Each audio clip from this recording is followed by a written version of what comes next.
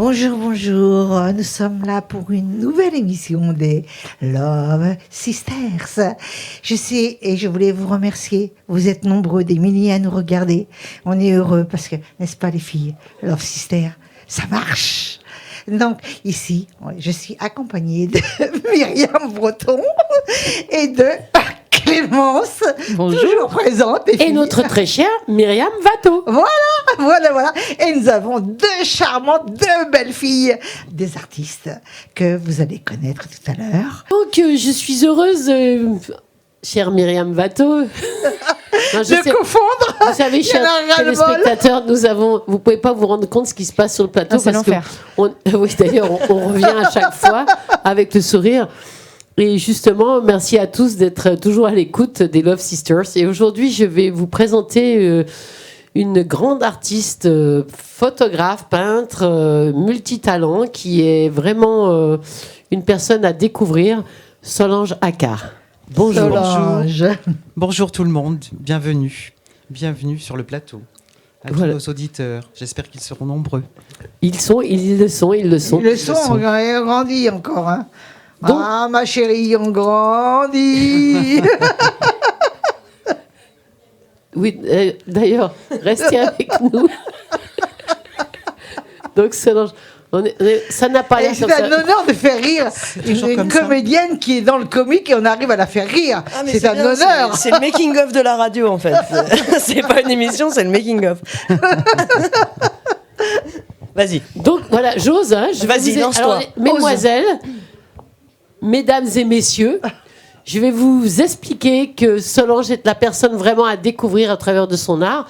Donc, tu préfères que je te décrive parler de toi en tant que peintre ou de photographe? En tant que photographe. Voilà, alors Puisque- tu as un parcours... Puisque je viens de la peinture, mais depuis 10 ans, je ne fais plus de peinture et je photographie. Mais je photographie avec mes yeux de peintre, donc c'est très proche. Mais oui, plutôt photographe. La peinture, c'était avant. Même si c'est encore là. Et C'est ce que je tu refais quand même. C'est ce que je représente. Non, ce que je fais aujourd'hui, c'est vraiment de la photographie et de l'art singulier. Puisque voilà. je mets des histoires, des idées dans des boîtes. Donc, je fais des séries différentes. Donc, je me repose des boîtes avec la photographie et vice-versa. Je fais les boîtes, ça me prend beaucoup d'énergie, beaucoup de réflexion. Je chine des objets et puis ça vient comme ça. Et quand j'y suis vraiment à fond. Et il y a souvent une de mes photographies dans les fonds de boîtes. Mais je ne peux pas faire une boîte, une matinée, passer à la photo l'après-midi, etc. Donc vraiment, c'est un univers assez singulier, particulier. Il faut de la concentration, il faut du calme, etc. Et puis aussi, et c'est un travail d'intériorité. Alors que la photographie, pour moi, c'est plutôt l'extérieur. Donc je pars en reportage, je parcours les villes, la nature, les pays parfois. tu voyages beaucoup Ça aussi, dépend. oui. J'ai beaucoup voyagé. J'ai eu la chance de vivre à l'étranger. 5 ans en Argentine, 3 ans en Italie, 1 an au Mexique. Toutes mes dernières missions en peinture murale, puisque je suis peintre en décor dans le patrimoine, je les ai faites en Thaïlande. Donc j'ai fait 10-12 missions de peinture murale en Thaïlande pour la famille royale. Intérieur ou extérieur? Intérieur. C'était vraiment du décor peint occidental. C'est ce qui était curieux. Du décor occidental dans un palais en Thaïlande. Complètement invraisemblable. Mais le roi Rama V avait fait construire ce palais au début XXe. Il a fait un voyage en Europe. Il a vu toute la peinture murale qu'il y avait en Italie, à Florence, à Rome, et puis à Versailles, et puis à Fontainebleau, etc. Et il a fait venir des peintres italiens dans le palais pour qu'ils fassent des décors. Voilà. Alors, on ne sait pas ce qui s'est passé. Les décors ont été... certains n'étaient pas terminés. Ils ont fait ça dans des gammes chromatiques assez ternes, avec les moyens du bord. Et puis, ça a dû être interrompu. Et puis, voilà. Bon. Et puis, le roi V meurt et le palais reste dans l'oubli pendant 50 ans. Ah oui, quand même. Et le dernier roi, enfin l'avant-dernier, puisque c'est le roi qui est décédé il y a 2 ans, a donné ce palais à son fils pour qu'il en fasse sa demeure, donc la demeure royale. Mais personne n'avait plus jamais osé toucher au palais. C'est ça qui était incroyable, parce que Rama V était un roi très vénéré, très, très aimé. Et puis on laisse les choses comme ça dans la culture bouddhiste aussi. Voilà. Ce qui est passé, c'est fini. Et alors on ne restaure pas forcément. Sauf que là, ils se sont décidés à le faire. Voilà. Donc moi, j'ai travaillé avec une association qui s'appelle Restaurateurs sans frontières.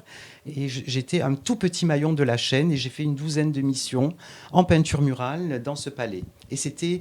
Après ça, c'est vrai que je...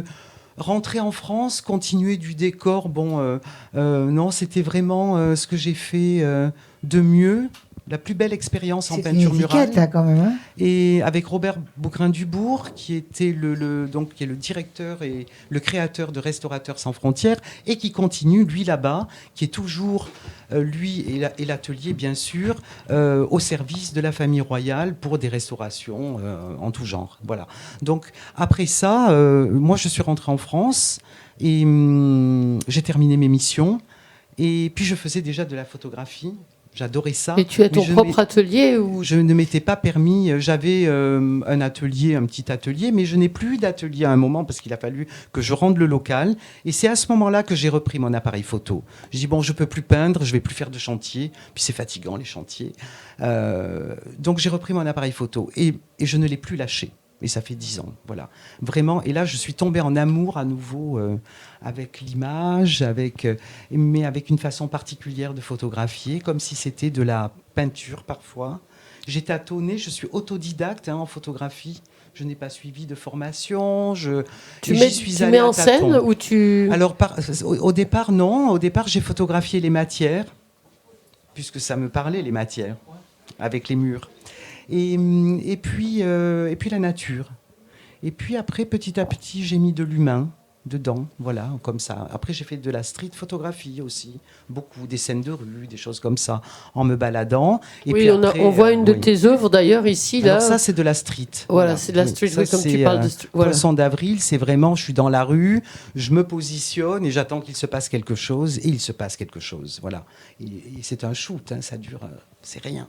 Mais effectivement, là, dans la matière, la nature, il y a beaucoup de choses. Mais lorsque tu vois un humain, homme ou femme, hein, est-ce que quelquefois ça flashe pas en toi? Si, ça flash. Si, ça flash. C'est-à-dire que je peux être inspirée par un visage, une silhouette. Là, j'en vois plein qui pourraient beaucoup m'intéresser, n'est-ce pas, mesdames? Bien sûr, parfois, c'est le sujet qui me donne... Mais ça peut être aussi... J'ai travaillé avec un mannequin en plastique des années 80. Et j'ai vu ce mannequin, et c'est vrai qu'avec mon ami Jean-Michel Ducroux, qui est photographe, c'est lui qui avait ce mannequin. Puis on a dit, on va faire quelque chose avec. Et à partir de là, j'ai élaboré une histoire, j'ai créé une histoire, et je me suis trimballée avec le mannequin, et lui aussi, il le portait sur son dos. Et on a fait une série qui s'appelle La Muse. J'ai fait une série qui s'appelle La Muse, et qui raconte une petite histoire. Oui, j'en ai vu une partie dans ton atelier. Et ça, c'était vraiment génial, parce que mettre une vraie femme pour signifier ce que je voulais dire, ça aurait été drôle, mais aller jusqu'au bout de la femme objet, oui, là, pour c'était le coup. ça, dans le propos, mais elle s'émancipe, hein, je vous le dis. L'histoire finit bien. L'histoire se termine très bien. Déjà pas mal. Elle s'émancipe, et puis voilà. Voilà, il y a toujours un message. Elle retrouve sa liberté. Œuvres. Il y a plein de messages. Oui. Et quand on la regarde, d'ailleurs, c'est vrai qu'on voit et on sent cette fibre importante, même avec sa chevelure un peu sauvage. Pas coiffée. Mais c'est vrai que quand on regarde, on n'est pas du tout étonné. Tu transpires ce que tu fais. Ah ben merci. Je sais pas si vous êtes d'accord avec moi. Oui, c'est tout à fait. captivant. D'ailleurs, Juste de vous entendre expliquer ce que vous faites, je trouve ça captivant. J'ai découvert justement Solange à travers les rues, on va dire, et l'art. Oui. Voilà. La musique. La musique, oui. J'étais. Parce que nous avons eu la grande chance, rue Arago, à Sète, au premier jour du confinement, et ça a duré 55 jours, ce qui est quand même quelque chose. Myriam, tous les soirs, à 20h, qu'il pleuve, qu'il vente, qu'il fasse froid, même quand elle était enrhumée, qu'elle avait mal à la gorge, etc., elle était là, devant sa fenêtre, avec la sono, et elle chantait.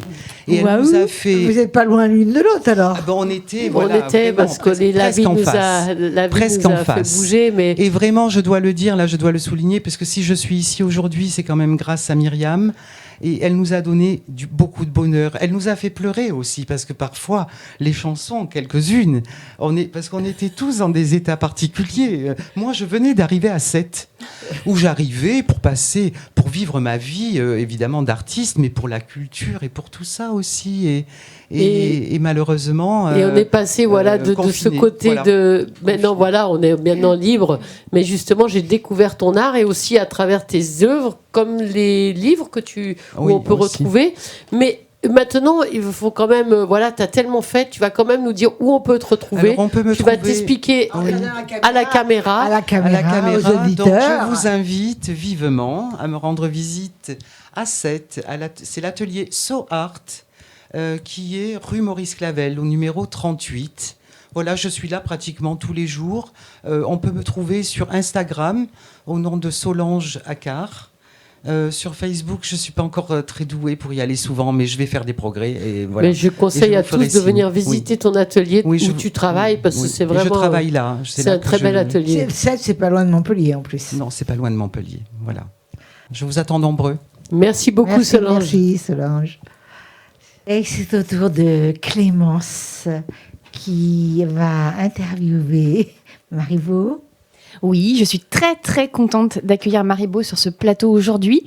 Marivaux qui est comédienne, qui est metteur en scène, qui nous arrive dans le Sud pour notre plus grand plaisir. Depuis peu ? Pardon ? Depuis peu ? Oui, depuis peu. Depuis janvier. Ouais, janvier, j'ai posé les valises dans le Sud et j'alterne entre Paris et le Sud. Voilà, ils sont difficiles à convaincre, mais une fois qu'ils sont dans Bienvenue le au Sud... soleil. Alors là, ça fait juste... Enfin, t'es comme moi, t'es une parachutée pour l'instant. Voilà, pour l'instant, je suis une parachutée, mais je suis une parachutée un peu de partout en France. De toute façon, je bouge pas mal, donc pour l'instant, c'est le Sud. Le parachute, elle maîtrise bien. Voilà, je maîtrise pas mal, donc non, je suis sûre qu'elle se rate pas. Le gros point Non, elle atterrit toujours bien. Toujours bien. Je suis toujours retombée sur mes pattes jusqu'à présent, donc... C'est ça. Parce qu'effectivement, à la base, tu n'es pas de Paris et tu allais à Paris quand tu es devenue comédienne. Ouais, je suis montée à Paris suite à une audition, en fait. Enfin, un pari que j'ai fait avec... c'était un pari ? C'était un pari, ouais, à l'époque, ouais. J'étais au chômage, j'allais pas bien.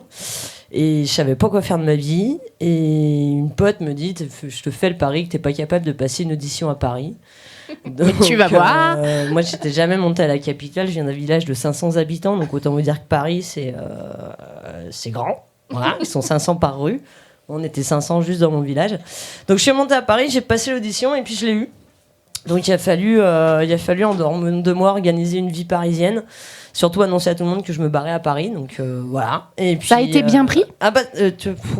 Ouais. Enfin, au point où j'en étais, de toute façon, ça pouvait pas être pire. Surtout pour mes parents, les pauvres.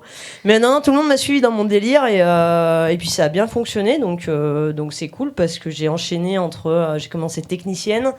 J'ai fait 4 ans de régie où j'ai appris énormément de choses qui me servent aujourd'hui dans mon métier de comédienne. Voilà, surtout en mise en scène, parce que je fais également de la mise en scène et j'adore ça. Oui, là, pour le coup, savoir comment ça se passe techniquement. Toute la partie technique, toute la partie créa lumière, tout ça. Enfin, voilà, la technique, je me suis éclatée. Si je dois y retourner demain, j'y retournerai sans problème. J'ai pas de problème avec les côtés comédien, le côté technicien.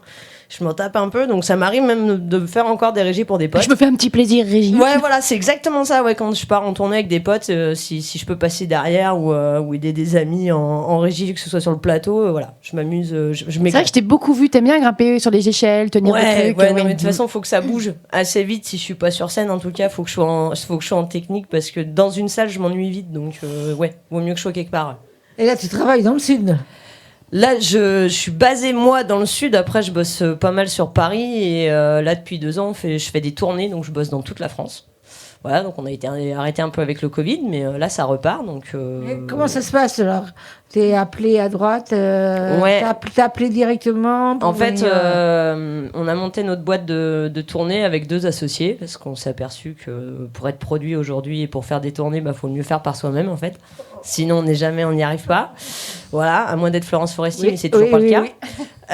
Donc en fait, on a monté notre boîte et c'est vraiment un boulot de commercial, quoi. Donc vous appelez les mairies, vous appelez les théâtres, vous démarchez avec le spectacle. Tout ce côté que le spectateur ne connaît pas, en fait. On ne sait pas du tout comment. On n'arrive pas comme ça un jour dans un théâtre en disant salut. Bonjour, je suis comédienne, prenez-moi. Voilà, des comédiens, il y en a, et on est 900 000. Donc ça fait beaucoup de monde. Faut faire sa place, faut bosser.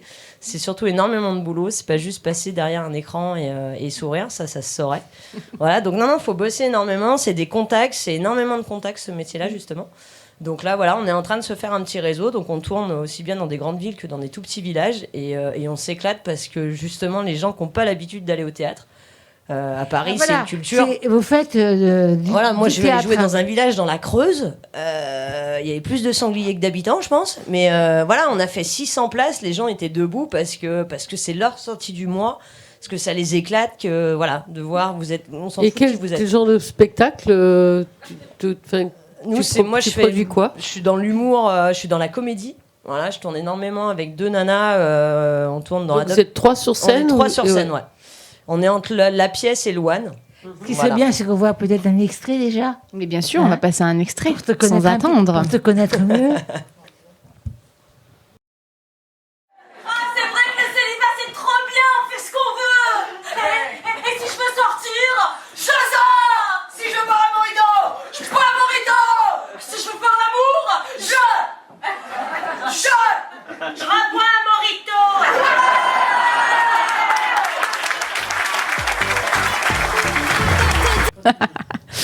Ça fait très plaisir de revoir ces images. J'ai vu cette pièce. Tu l'as vu en live? Je l'ai vu en live. En vrai. Et j'ai vu celle qui la précède aussi. Et c'est vrai que c'est toujours des chouettes moments. Du coup, est-ce que tu peux nous redire le nom de ces pièces? Alors la première c'était adopteunjules.com. On a fait 900 000 spectateurs.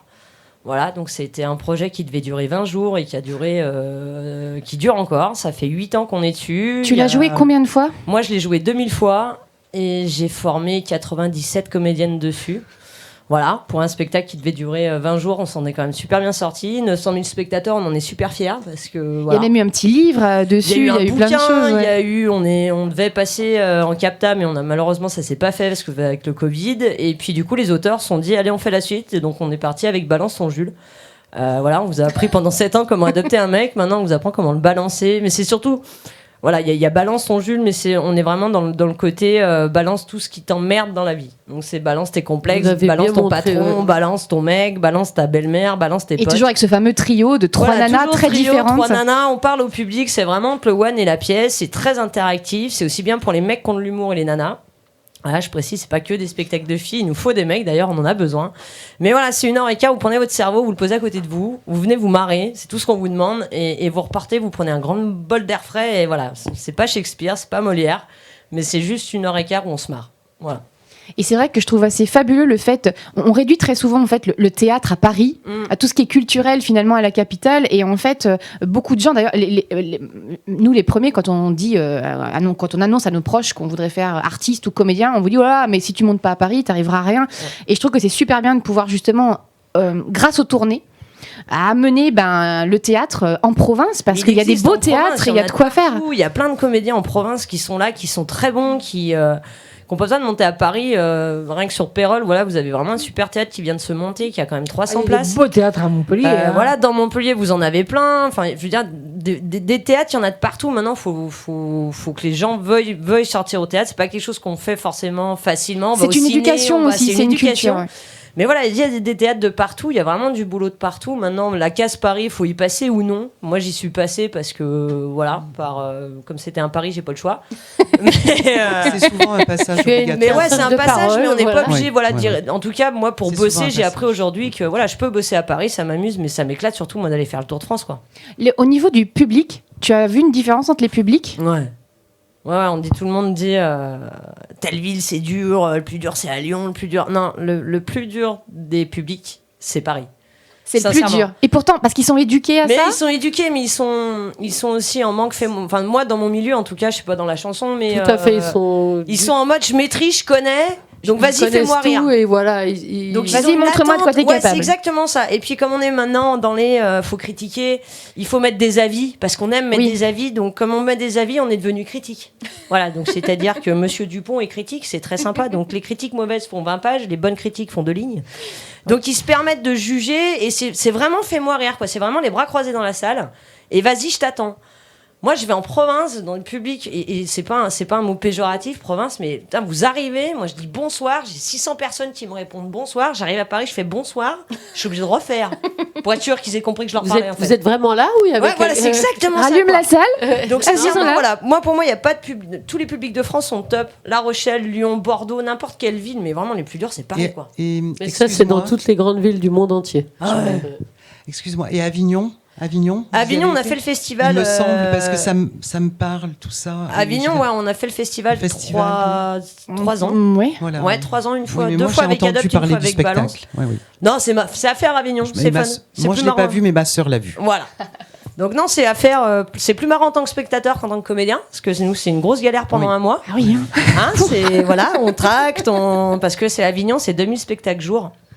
Voilà, faut le savoir, donc faut tirer son épingle du jeu. Mais c'est franchement pour les amoureux de théâtre, que ce soit de la comédie ou n'importe quel du one ou autre chose, n'importe quel type de théâtre qu'on aime, faut vraiment aller faire un tour à Avignon parce que c'est un melting pot de Oui, tout. ouais, c'est formidable. C'est vraiment. une- Je vous ai encouragé, j'habitais à Avignon. Ah et ouais, moi, c'est j'ai une super. travaillé au Festival d'Avignon il y a très D'accord. longtemps. Bon, je connais Tu bien sais, Clémence, le monde du théâtre. excuse-moi, Voilà. ma chérie. Oui. Tu sais, Clémence, j'aimerais bien voir la deuxième. Ben, c'est parti. On passe un deuxième extrait. Entre celle qui pense que la femme est une fée pour l'homme et une fée la vaisselle. Non, ça fait pas chier. On veut une première main, un petit jeune. Et tiens, qui a pour besoin qu'on lui souffle dans le gicleur pour qu'il démarre. Chante les sardines, chante les sardines. Il est grand temps de partir, hein. Bien leur sol, si vous pouvez. Tu vas t'ennuyer sans nous. Mais c'est pas grave. Salut les meufs. Une musique douce. Qu'est-ce qu'on laisse? Non, sérieux, pour la Bretagne, hein. Ah bah non, mais ils sont tellement bourrés là-bas qu'ils entendent le loup, le renard et la belette chaude. C'est quoi déjà l'application qui corrige les fautes d'orthographe? L'école. Ah ben, écoute, c'est quand même un talent. Elle a un vrai talent quand même. Ah oui, ça a du talent. J'irais volontiers te voir jouer. Avec Ah oui, plaisir. J'aimerais absolument, on te suit. On te suit. Où est-ce qu'on peut te suivre Love Bah d'ailleurs, Sisters. dis-nous, dis-le à nos téléspectateurs. Où est-ce Vous qu'on te pouvez trouve suivre directement, le plus simple, c'est de suivre la page balancetonjules.com, voilà, qui est sur Facebook, qui est sur Instagram. Et tu mets tous tes Elle a dit vite, hein, balance ton Jules. Balance. Voilà, on est sur Insta, on est sur Facebook, il y a toutes les dates de tournée qui vont être mises, on repart en tournée à partir de fin mai. On est à Biarritz, on est à Rouen, on part à Vittel, et puis après on met les dates au fur et à mesure un petit peu de comment va se passer la On va tournée, te quoi. suivre. On va te Mais suivre. suivez-moi, mais je suis Mais prête. on te suit. Eh ben, allez-y. Partout, on se allez, suit. un peu, on va te suivre un petit peu. Peut-être pas partout, parce qu'après nous, on travaille plus et on mange plus. Donc, tu seras obligé Mais si, mais on fera des radios dans des tu bus. seras obligé de nous donner à manger. Eh ben, mais il y a pas, mais on suit, il y a Dans pas le de bus problème. Le bus tour, exactement. Sponsorisé par Love Sisters. Allez. Ah, les filles, c'était un plaisir de Merci vous avoir. beaucoup, Le merci à plaisir vous. était Et, pour nous, vraiment. c'est et là, formidable. donc, tu as donné ton Facebook, Ouais. tu as donné ton téléphone. Ouais, il manque plus que les mensurations, mais ça c'est dans le mec, c'est après. C'est ta part. C'est après, c'est à part. On vous dit toutes les 5, bye bye. Bye bye. Et encore merci. Et nous voilà pour la deuxième partie de notre, j'allais dire spectacle, mais c'est presque un spectacle après tout, hein. N'est-ce pas Myriam Il y a- Breton? Il y a une ambiance, il y a une ambiance. Il y a Du une travail. ambiance et j'ai le plaisir, c'est à mon tour, j'ai le plaisir de recevoir Samuel Larès. Bonjour. Je sais que tu viens de loin, toi. Oui, j'habite à La Salle, dans les Cévennes. T'as fait combien de kilomètres? Ça fait 70 km. Oh, ça va quand même, Ça va. enfin, c'est quand même pas mal. Hein. Ça fait un petit bout de route. Alors voilà, je voulais préciser par la même occasion que dorénavant, nous allons prendre des artistes dans toute la France. Donc, avis aux artistes connus et avis aux artistes qui ont des clips, parce que maintenant, nous allons vous prendre.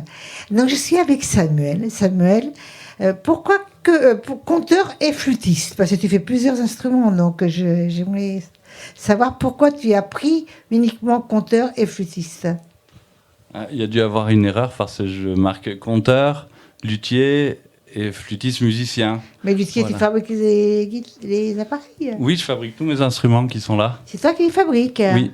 Ah, luthier, ah oui. Parce que luthier, quand même, il faut pouvoir le faire, hein? Alors c'est vrai que luthier, c'est un mot de prestige. Il y a un autre mot qui est plus commun mais moins connu qui dit facteur d'instruments. Ouais, moi, je pense au mot luthier qui existe depuis 50 ans, non? Luthier, c'est vieux. C'est 100 beaucoup ans. plus vieux, ouais. Ouais, ça a plusieurs centaines d'années, à mon Plusieurs avis, les centaines violons. d'années, hein. Donc, etc., c'est toi c'est qui fabriques tes instruments. Oui, Donc, c'est bien parce que si tu fais une erreur, tu peux la réparer. c'est ça, c'est assez pratique. Si je peux Ça, choisir c'est mes bien. instruments, je peux en faire des centaines pour trouver le bon. Donc, ce travail, parce que je ne vais pas dire une passion, parce que pour moi, là, on doit parler travail. Depuis quel âge ce travail t'est venu à l'esprit? Alors, ça a commencé quand j'avais 18 ans, à peu près. Je voulais apprendre à jouer du djembé. J'étais déjà attiré par l'Afrique. Et j'ai rencontré un ami qui venait de Bamako et qui, lui, avait appris pendant 6 ans avec un maître là-bas et qui, lui, montait ses pots de djembé. D'accord. Et donc, on l'a fait ensemble et j'ai appris à monter mes instruments. Ça fait 20 ans. Là, tu as appris Le djembé. le djembé. Mais avant, si déjà tu étais déjà dans cette optique, je pense que plus jeune, t'es venu l'idée de quand même de la musique. Si on remonte très loin, c'est quand j'étais petit, mon père il écoutait Touré Kunda, je sais pas si vous connaissez. Et on faisait tous nos voyages avec la cassette de Touré Kunda dans la voiture. Alors, Et du coup, la musique africaine, la sonorité africaine, il y a quelque chose qui m'a déjà embarqué tout petit. Puis quand j'ai eu 16 ans ou 17 ans, j'ai vu un concert de musiciens africains qui jouaient du djembé. Et j'étais surpris qu'avec aussi peu de notes, il y ait une telle intensité. Et moi, j'aimais pas l'école, j'aimais pas trop l'Occident, jeune. J'ai grandi dans les montagnes. Et j'avais qu'une idée, moi, c'était de partir. C'était un jour aller en Afrique, là où il fait chaud. tu lui as été? Et j'y étais d'ailleurs, j'ai un spectacle qui s'appelle Là où le soleil brille et qui raconte ce voyage, un peu pourquoi je suis parti là-bas. Et Est-ce que c'est ce que tu vas nous faire en live tout à l'heure ou ça va de l'impro? ça peut être une impro, ça peut être un petit conte qui parle de l'histoire, d'une histoire qu'il y a dans ce spectacle-là. D'accord. Et ouais, j'ai ramené mon instrument pour vous faire écouter les sons. Donc, comment s'appelle déjà ton appareil? Mon appareil, mon instrument, ça Mon s'appelle instrument, le ngoni. Magique. Magique, Ça s'appelle le ngoni. une goni. Est-ce que vous connaissez Non. l'un ni Non l'autre? plus, non. non. On va découvrir. Et toi non plus, hein, Et pourtant, non, voilà. non, je l'ai Non, vu. mais moi non plus, je connaissais pas. À l'entendre Je ne maintenant. connaissais pas. Je sais que tout à l'heure, tu vas nous faire un direct. C'est branché. tout à l'heure Est-ce ou que tu maintenant peux maintenant Tu veux que je te tienne ton micro? Ouais, je veux bien. Ah voilà, Je comme ça sers de c'est pied bien. de micro aussi. Essaye de nous faire un petit air de... Ah mais il est branché.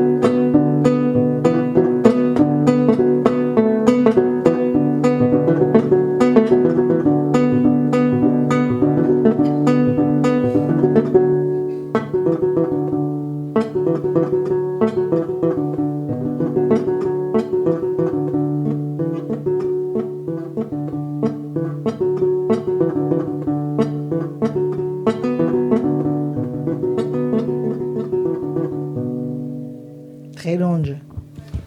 Merci. Merci, bravo. Et tu fais tes propres compos? On peut dire que c'est des propres compos inspirés de musique que j'ai entendue. Du coup, je peux entendre un rythme, mais comme je disais tout à l'heure, moi je suis dyslexique, j'arrive jamais à refaire les choses comme je voudrais. Donc Non, en mais fait, ça se fait comme ça. Est-ce que tu fais de la scène? De la scène, oui, j'en fais pour compter. Et Oui. du coup, les instruments sont là pour m'accompagner. Oui, oui. Donc tu arrives en gros, tu peux aussi jouer, par exemple, quand tu fais un conte, tu peux faire même ta propre mélodie à toi lorsque tu interprètes ton conte. C'est ça, C'est ça, hein? exactement. C'est ça? C'est ça, ben, Non. l'instrument, moi, je pourrais dire, c'est mon ami fidèle. Bon, t'es Alors, mélodiste, donc. voilà. Et quel est le message que tu te fais passer à travers tes spectacles? Alors, j'ai pas mal réfléchi à ça. Et moi, ce que j'aime, et ce que je discutais tout à l'heure, c'est qu'en fait, à travers le conte, c'est une porte sur l'imaginaire. À partir du moment où on accepte de rentrer dans l'imaginaire, eh ben, c'est comme un voyage. On va découvrir le monde autrement. Et ce que j'aime, moi, c'est cette Et comment porte-là. il est ton monde?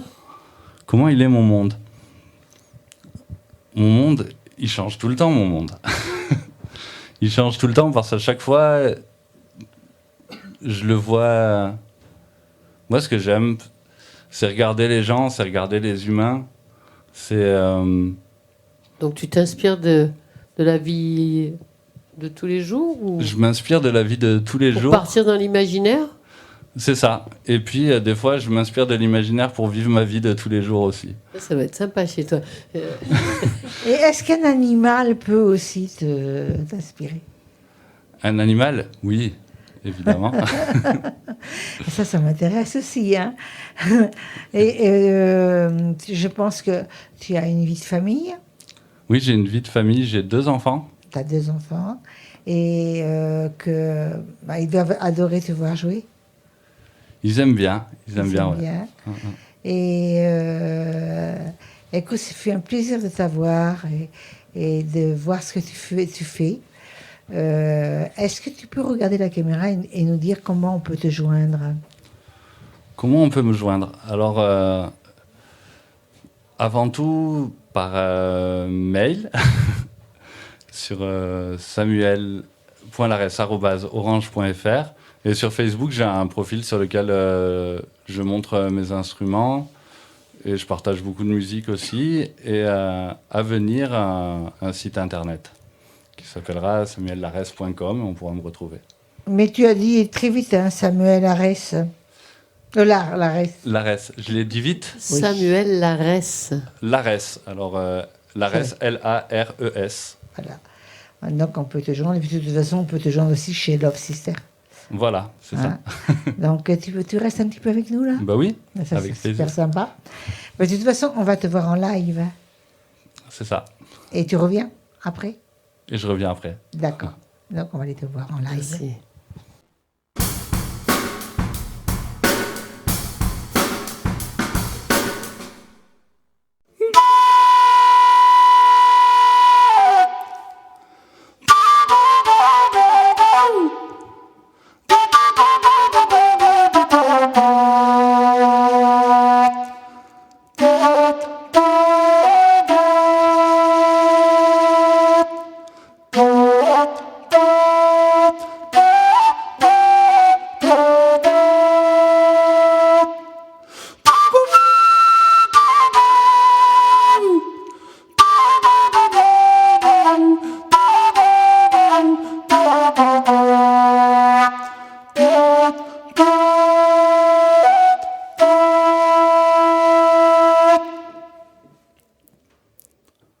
En bas des montagnes de la Sierra Nevada, une nuit de pleine lune, un enfant naît dans une roulotte.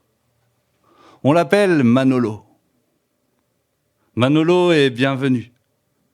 Manolo grandit.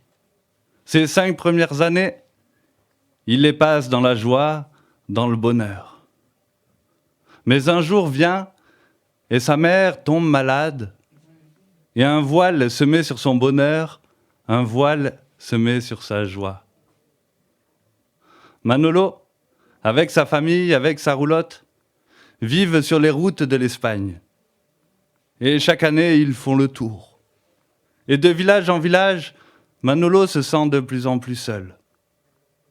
Et à chaque printemps, quand il est en bas des montagnes de la Sierra Nevada, il se dit « Moi, quand je serai grand, j'irai vivre en haut de ces montagnes. Je vivrai seul, moi j'aime pas cette vie de gitan. » Un jour, Manolo est devenu grand. Manolo est devenu fort. Discrètement, il est rentré dans la caravane de sa grand-mère et il a pris juste une assiette en souvenir. Il l'a mise dans son sac et il est parti. Il est monté. Il est monté. Et à force de monter, il s'est dit, s'il y a un chemin sur la gauche, celui-là, ça sera le bon. Et juste après le virage, il y avait un petit chemin sur la gauche. Et il a descendu le chemin, il a descendu, puis il a trouvé un petit ruisseau. Il s'est lavé le visage. Il a levé les yeux, puis il a vu un verger d'abricotiers, puis une terrasse juste au-dessus et un verger de pêcher. Et au fond de cette terrasse, il y avait là une vieille cabane abandonnée. Il est retourné au village, il a demandé à qui ça appartenait. On lui a dit que ça appartenait à un vieux mort depuis des années. Et Manolo, il a nettoyé le verger, il a reconstruit la cabane, il avait sa maison à lui, il vivait seul comme il le désirait. Manolo, il avait une habitude. Chaque matin, il se préparait un bon plat de polenta. Il l'a coupé en deux, il a mangé la moitié, et l'autre moitié, il l'a lissé dans la belle assiette de sa grand-mère. Et puis, il l'a laissé au milieu de la table. Comme ça, le soir, il retrouvait toujours son assiette. Et il était heureux. Mais avant de manger son assiette, il prenait sa guitare et il jouait. Il jouait. Il jouait pour les étoiles, il jouait pour la belle qu'un jour il espérait voir venir. Chez lui, on disait que jouer de la musique, c'était la plus belle manière de se plaindre sans s'humilier. C'était sa vie à Manolo. L'été, il vendait ses fruits. L'hiver, il faisait ses paniers. Un soir, en rentrant chez lui, il a vu que la lumière était allumée. Il a regardé par la fenêtre et il a vu un vieil homme tout arc-bouté en train de manger sa polenta. Il est rentré furieux et il a hurlé sur le vieil homme en lui disant « Mais pourquoi t'es rentré chez moi ? Comment tu te permets de manger ma polenta ?» Le vieil homme lui a dit « Écoute, je suis en voyage. J'ai vu ta cabane, j'ai regardé par la fenêtre et j'ai vu cette assiette de polenta belle comme la lune. Je me suis permis d'en manger. Laisse-moi en manger encore un peu, s'il te plaît. » Comment ? Tu rentres dans ma maison, tu prends ma polenta, tu m'as même pas demandé, tu sais même pas à qui c'est. Si mon assiette, tu l'as trouvée belle comme la lune, t'as qu'à aller manger la lune, mais mon assiette, il touche pas, sors de là. Le vieil homme, qui avait les yeux tout brillants, a regardé Manolo et lui a dit, à moi ton ancêtre, l'ancêtre de tous les gitans, tu me dis d'aller manger la lune et de laisser ton assiette. La belle que tu attends, elle était en route pour venir. Le vase là-haut. J'allais le remplir d'or pour toi, mais il n'en sera rien. Il n'en sera rien, et c'est toi qui iras manger la lune, et tant que tu n'auras pas fini de la manger, tu ne rentreras pas sur terre. Un tourbillon emporte la cabane, emporte Manolo, et le fait voler à travers le ciel et le dépose sur la lune. Manolo, il regarde autour de lui, il ne sait pas vraiment où aller, puis dans sa tête, il y a la parole du vieux qui résonne, qui lui dit... Tant que tu n'auras pas fini de manger la lune, tu ne rentreras pas sur terre. Alors Manolo se baisse. Il attrape une poignée de lune et la met dans sa bouche. La lune, c'est étrange, c'est ni bon ni mauvais, t'en manges, t'as faim. Et Manolo, il s'est mis à manger. Et sur la terre, on a vu la lune disparaître peu à peu. Jusqu'à ce qu'elle disparaisse complètement. Mais l'architecte de l'univers, il a dit non.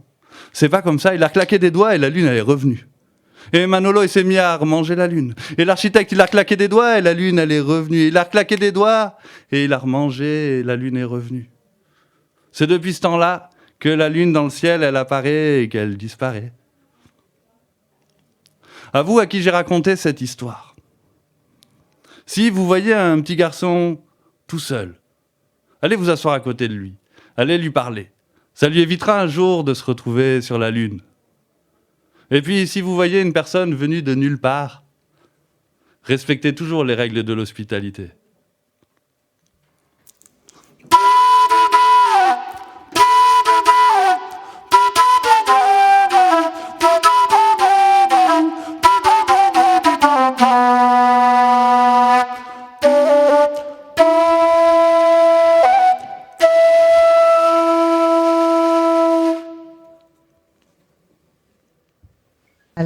nous avons le plaisir d'avoir Pascal et Thierry et l'honneur d'être interviewé par Myriam. Non, en toute humilité, c'est moi qui ai l'honneur de vous avoir face à moi aujourd'hui. J'attendais qu'elle dise ça. Non, j'ai découvert Pascal dernièrement à travers ton travail. Donc, Pascal, justement, j'ai pris mes petites notes parce que je voudrais pas rater. Tu es quand même une très grande chanteuse, donc qui est spécialiste de l'a cappella, lauréate du prestigieux concours de jazz Paris La Défense, donc qui n'est pas une mince affaire parce que ça demande beaucoup de travail pour en arriver là. J'ai eu la chance de t'écouter à travers différentes. D'abord, comme beaucoup d'artistes, je t'ai découvert sur la toile et j'ai dit j'avais vraiment envie de t'entendre. Et bien sûr, tu as la chance d'être accompagné d'un grand musicien avec qui tu travailles, on va dire, depuis quelques années. Donc, on va dire, j'ose parler du duo ou du couple. Thierry, Pascal. Où est la limite? Où est la limite? Donc, quoi qu'il en soit, au niveau musical, aujourd'hui, tu es là. Et depuis Paris, tu es... Oui, parce que ça remonte à quelques années quand même. Oui. Pardon? Oui.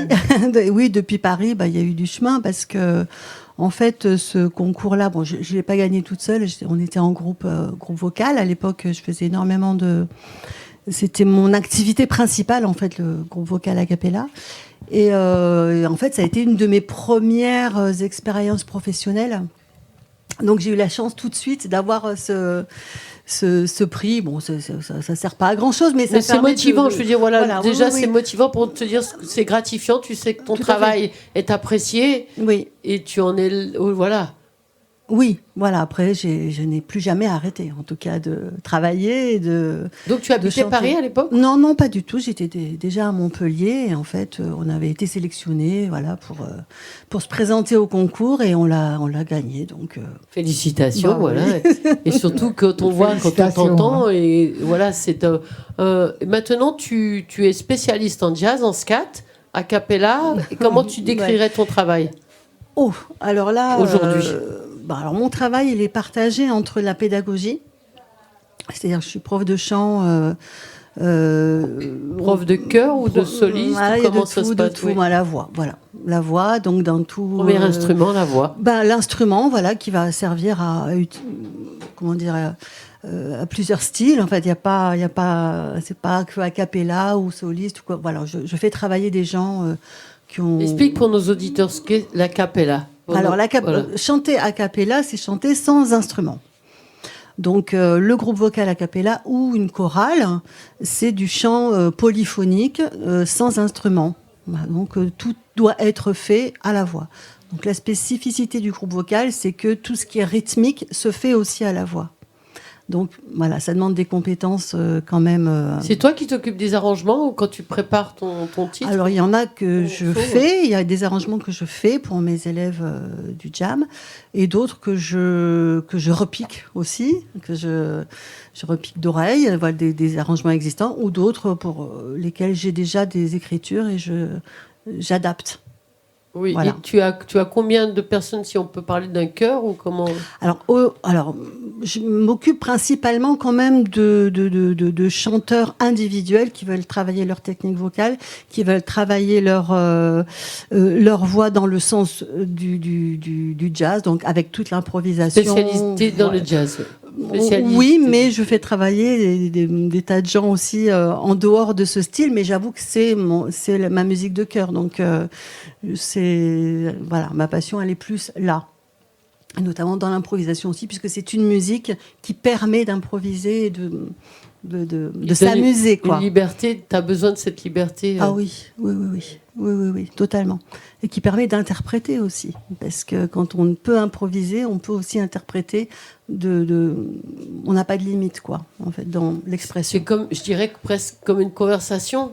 Tu sais pas ce que tu vas dire, mais tu vas t'entendre partir. Tu sais pas ce que tu vas dire, mais tu auras besoin d'avoir beaucoup travaillé pour pouvoir... Tu as beaucoup de mots, voilà, justement. Je parle à une professionnelle. C'est un vocabulaire, tu es vraiment une très bonne technicienne.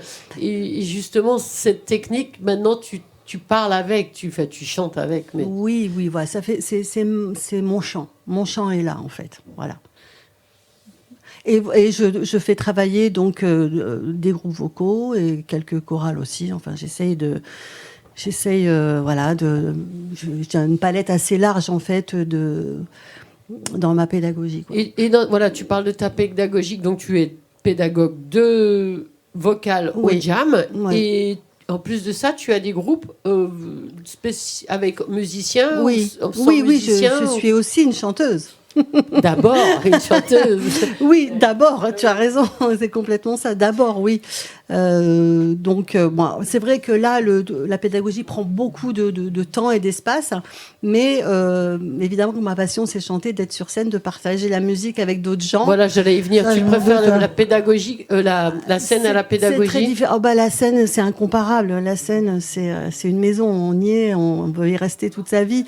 Mais j'adore transmettre des choses et partager aussi avec. Donc c'est la pédagogie et transmettre la scène. Ah ouais, c'est le partage. Je crois que c'est vraiment le mot. Et quelle place à la musique? Voilà, le mot. Pas toute seule, toujours. Voilà. Tu travailles beaucoup avec Thierry? Oh oui, on a beaucoup travaillé. On n'a pas commencé. On s'est connus en tant que musiciens, mais on n'a pas commencé à travailler ensemble tout de suite. Ça a pris un peu de temps parce qu'on avait nos activités séparément. Et puis bon, on s'est dit quand même, on va le faire. Hein. Merci. Combien de temps? Depuis combien de temps? Oh, maintenant, ça fait longtemps, parce qu'on est un très vieux couple. Ça fait 20 ans, on va dire. On fait de la musique ensemble, moi, je dirais un peu moins, mais enfin, peut-être une bonne quinzaine d'années, en tout cas. Une bonne quinzaine d'années, ouais. Voilà, ça s'est fait par hasard. Et une complicité qui vous apporte une richesse musicale, sûrement. Ouais, moi, je pense. Hein. Oui. C'est un plus. Hein. Et vous, bien sûr, ensemble et aussi séparément. Ça vous permet quand même de garder chacun une carrière. Liberté aussi, ouais. Mais je pense que c'est important qu'on fasse des choses séparément parce que on a besoin de se nourrir aussi ailleurs. Et quand on se retrouve, on est toujours très content de jouer ensemble, d'être sur des projets ensemble. C'est quelque chose qu'on aime aussi beaucoup, mais on a réellement besoin, lui comme moi, d'aller voir ailleurs, quoi. Ah ouais, donc tu travailles aussi avec d'autres chanteurs? Oui. J'ai travaillé pas mal l'année dernière avec un chanteur qui s'appelle Yann Goldjevit, qui est un chanteur haute contre en fait, contre-ténor, voilà. Je ne sais pas s'il est déjà venu ici, non, peut-être pas. Yann Goldjevit, ça vous parle pas? On est à 3000. Il y en a eu, il y en a eu tellement. 3000 artistes. Quand on se revoit, on se rappelle. Ouais. Mais je travaille beaucoup avec les chanteurs, chanteuses. J'aime beaucoup ce travail-là, en fait. C'est du classique, du lyrique? Alors, avec Yann Goldjevit, c'est un peu des deux. C'est quelqu'un qui est issu du classique, mais qui a voulu faire aussi un peu de variété, un peu de jazz. Donc, j'ai travaillé un peu... Je me suis adapté, on va dire. Parce que c'est pas évident de travailler avec quelqu'un qui n'est pas vraiment qui n'a pas baigné dans le jazz au départ, ni dans la variété, et automatiquement, il faut rentrer dans son univers et trouver ce qui va lui correspondre le mieux, en fait. Tu as travaillé avec lui quand même, hein? Voilà. Mais je pense que Thierry a cette compétence, justement, de s'adapter. Parce que, si je peux me permettre, mais je t'en prie, c'est qu'il travaille avec des gens très différents et dans des domaines très différents, dans des styles très différents. Et c'est un peu pour ça aussi qu'on fait appel à lui, c'est parce qu'il est capable justement de s'adapter et de trouver ce qui va, la manière de... Et tous les deux, vous composez aussi beaucoup? On a commis 2 albums ensemble. Ouais, on a fait 2. C'est surtout lui qui a composé. Pour moi, on peut dire ça, voilà. Le titre des albums? Alors, le premier album, c'est Lunami. Donc, c'est 2 albums de jazz, hein. Lunami. Oui, Lunami, oui. Et le deuxième, Yolané. Yolané. Ça se ressemble, hein. Ça se ressemble. Ouais, il y a cette couleur. Ouais, exactement. On dirait de la musique africaine, mais ça n'a rien à voir. Hein. Ouais, voilà. Lunami, Yolané. Hein. Et quand on entend, comme j'ai pu entendre ton travail donc avec Cœur, là où vous avez travaillé l'arrangement, je ne sais pas seul ou à deux. C'est moi qui l'ai fait toute seule. Voilà, et c'était très beau. Justement, là, il n'y a que des voix, donc on se retrouve vraiment dans le travail type a cappella.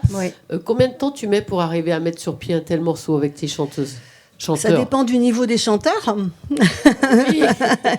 C'est surtout ça.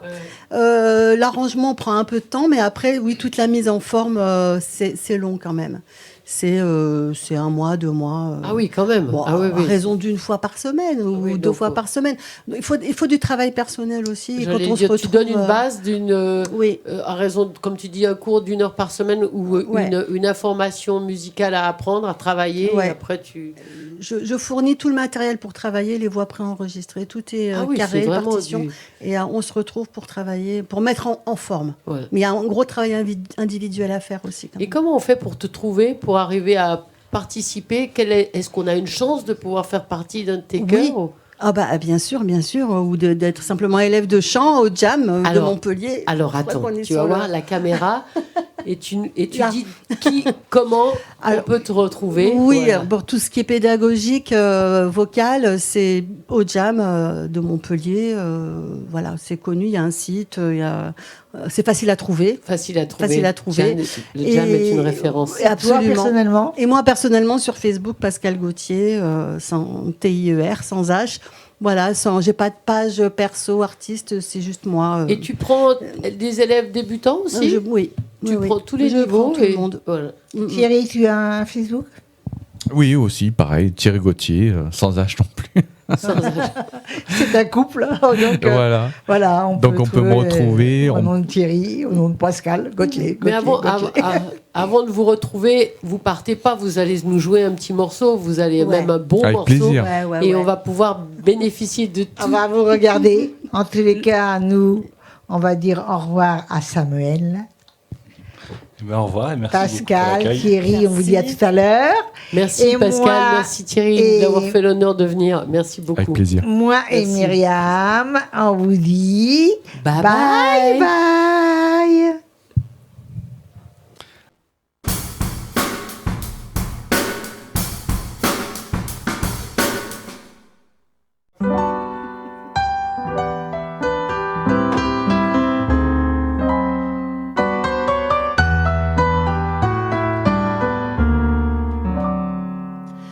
The concert is over in Carnegie Hall.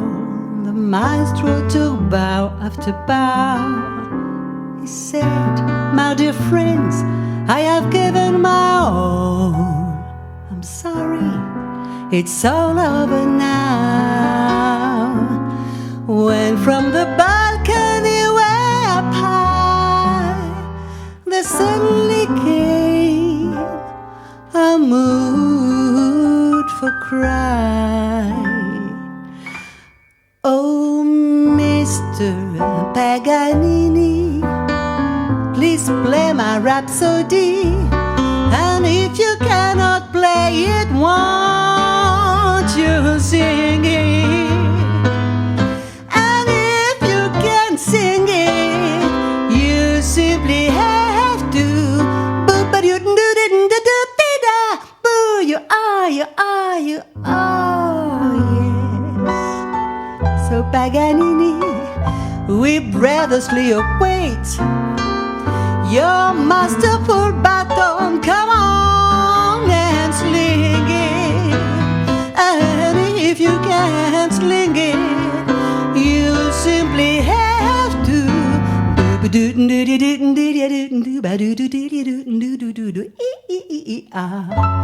We've heard your repertoire, and at the final bar, we greeted you with a crowd applause. But what a great ovation, your interpretation of "I never get much for moonlit sky, I never bring back at fireflies would do." So Paganini, don't you be a meanie. What have you up your sleeve? Come on and spring it. And if you can spring it, you simply have to.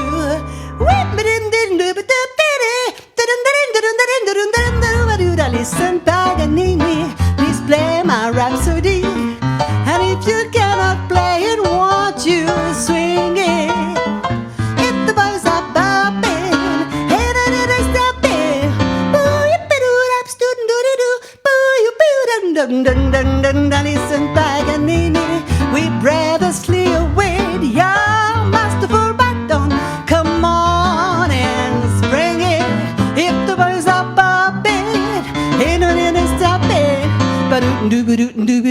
da beep ba doo ba doo ba da doo doo doo. Yeah, I heard your repertoire and at the final bar we greeted you with a